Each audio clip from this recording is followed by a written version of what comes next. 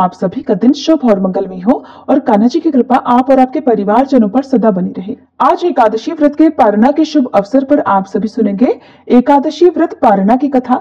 यदि कथा सुनकर इसका पुण्य भगवान श्री हरि के चरणों में समर्पित कर दिया जाए तो व्रत रखने में हुई जाने अनजाने में गलतियों का कोई दोष नहीं लगता। और यदि कथा सुनकर सच्चे मन से कथा का पुण्य अपने पितरों को अर्पण कर दिया जाए तो नरकगामी पितरों को मोक्ष मिल जाता है और भगवान श्री हरि के वैकुंठ लोक में उन्हें वास मिलता है। इसलिए आज सच्चे मन से इस कथा को सुनकर इसका पुण्य आप भगवान श्री हरि के चरणों में जरूर समर्पित कीजिएगा। भगवान श्री लक्ष्मी नारायण का ध्यान करते हुए कथा का शुभारंभ करते हैं। कथा के अनुसार राजा अम्बरीश राजा नाभाग के पुत्र थे। वह सातों द्वीपों के राजा थे, बहुत ही ब्रह्म ज्ञानी और विष्णु भक्त भी थे। वह भगवान विष्णु की कथाएं सुनते और हर दिन मंदिरों में दर्शन करने जाते।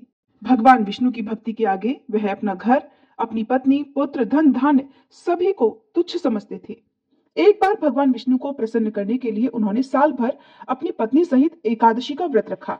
कार्तिक मास में जब उनके साल भर के एकादशी व्रत पूर्ण हुए तब उन्होंने 3 दिनों तक उपवास किया, भगवान विष्णु का विधि विधान से पूजन किया और ब्राह्मणों को 60,000 गवों का दान भी दिया।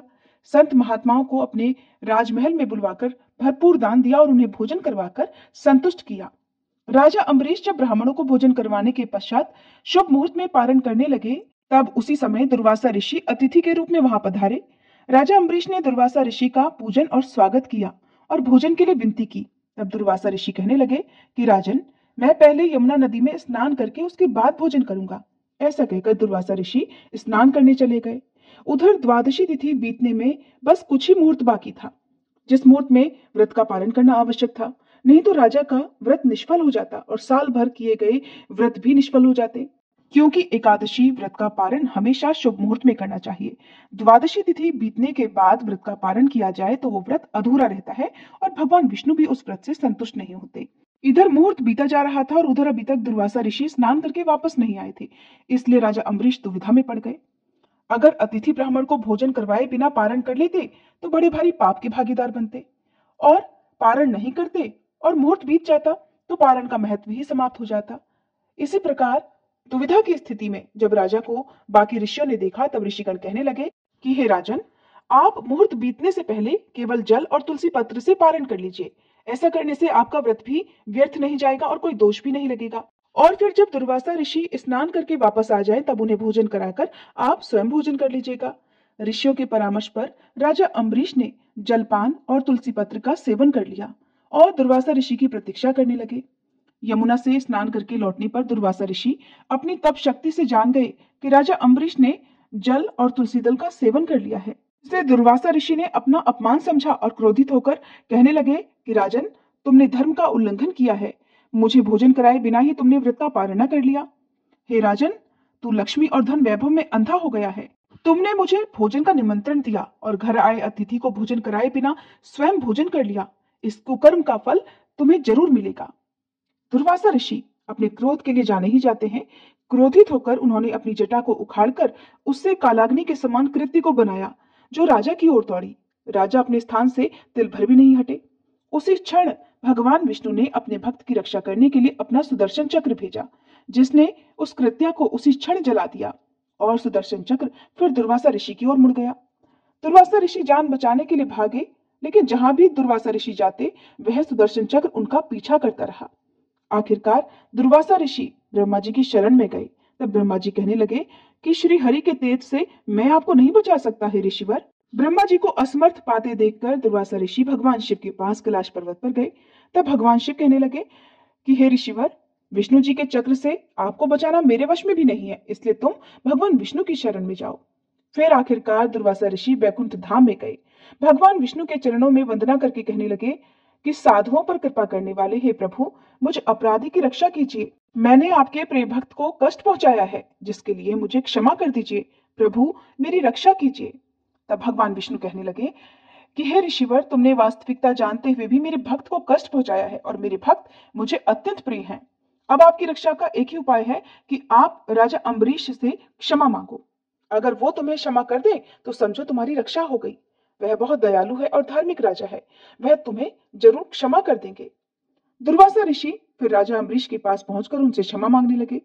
मुनिवर को दुख में देखकर राजा अम्बरीश को बहुत दुख हुआ।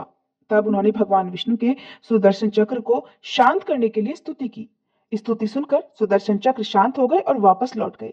दुर्वासा ऋषि भी सुदर्शन चक्र के ताप से मुक्त होकर सुखी हो गए और फिर उन्होंने राजा को आशीर्वाद दिया। फिर कहने लगे कि हे राजन, आप बहुत बड़ी धर्मात्मा और दयालु हैं। आपने मेरी दुष्टता को भुलाकर मेरी रक्षा की। दुर्वासा ऋषि को सुदर्शन चक्र के भय से मुक्ति में 1 वर्ष व्यतीत हो गया था, लेकिन राजा अम्बरीश दुर्वासा ऋषि की प्रतीक्षा में 1 वर्ष तक केवल जल पीकर ही रहे।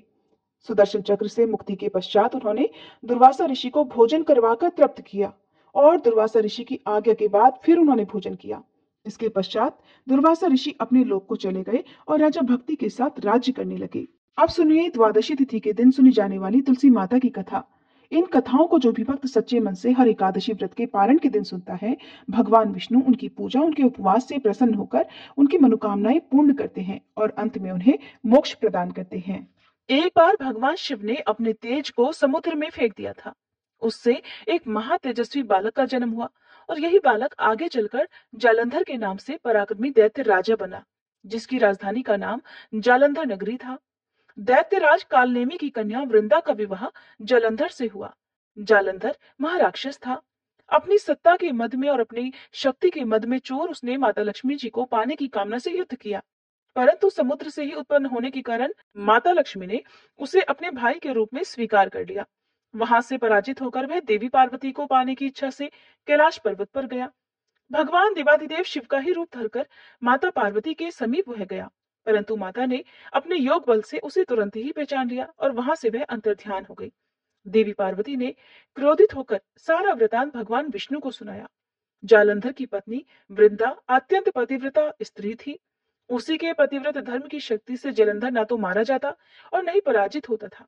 इसलिए जालंधर का नाश करने के लिए वृंदा के पतिव्रत धर्म को भंग करना बहुत जरूरी था। इसी कारण भगवान विष्णु एक ऋषि का वेश धारण करके वन में जा पहुंचे, जहां पर वृंदा अकेली भ्रमण कर रही थी। भगवान के साथ 2 मायावी राक्षस भी थे, जिन्हें देखकर वृंदा भयभीत हो गई। ऋषि ने वृंदा के सामने क्षण भर में ही दोनों को भस्म कर दिया। उनकी शक्ति देखकर वृंदा ने कैलाश पर्वत पर महादेव के साथ युद्ध कर रहे अपने पति जलंधर के बारे में पूछा। तब ऋषि ने अपनी माया से 2 वानर वहां प्रकट किए। एक वानर के हाथ में जालंधर का सिर था और दूसरे के हाथ में धड़। अपने पति की यह दशा देखकर वृंदा मूर्छित होकर गिर पड़ी। होश में आने पर उन्होंने ऋषि रूपी भगवान से विनती की कि वह उसके पति को जीवित कर दे। तब भगवान ने अपनी माया से फिर से जलंधर का सिर धड़ से जोड़ दिया, परंतु स्वयं भी वह उसी शरीर में प्रवेश कर गए। वृंदा को इस छल का जरा भी आभास नहीं हुआ। जालंधर बने भगवान के साथ वृंदा पतिव्रता का व्यवहार करने लगी, जिससे उसका सतीत्व भंग हो गया। ऐसा होते ही वृंदा का पति, जो महादेव से युद्ध कर रहा था, जालंधर युद्ध में हार गया और उसका वध कर दिया गया। इस सारी लीला का जब वृंदा को पता चला तो उन्होंने क्रोधित होकर भगवान विष्णु को शिला होने का श्राप दे डाला और स्वयं भी सती हो गई। जहां पर वृंदा भस्म हुई वहां तुलसी जी का पौधा उगा। भगवान विष्णु ने वृंदा से कहा, हे वृंदा, तुम अपने सतीत्व के कारण मुझे लक्ष्मी जी से भी अधिक प्रिय हो गई हो। अब तुम तुलसी के रूप में सदा मेरे साथ रहोगी। जो भी मनुष्य मेरे शालिग्राम रूप के साथ तुलसी जी का विवाह करेगा, उसे इस लोक और परलोक में विपुल यश की प्राप्ति होगी। जिस घर में तुलसी जी होती है, वहां यम के दूत भी असमय नहीं जा सकते। गंगा जी और नर्मदा नदी के जल में स्नान और तुलसी जी का पूजन एक बराबर माना जाता है। चाहे मनुष्य कितना भी पापी क्यों न हो, मृत्यु के समय जिसके प्राण मंजरी रहित तुलसी और गंगा जल मुख में रखकर निकल जाते हैं, वह पापों से मुक्त होकर बैकुंठ धाम को प्राप्त हो जाता है। प्रेम से बोलिए तुलसी माता की जय।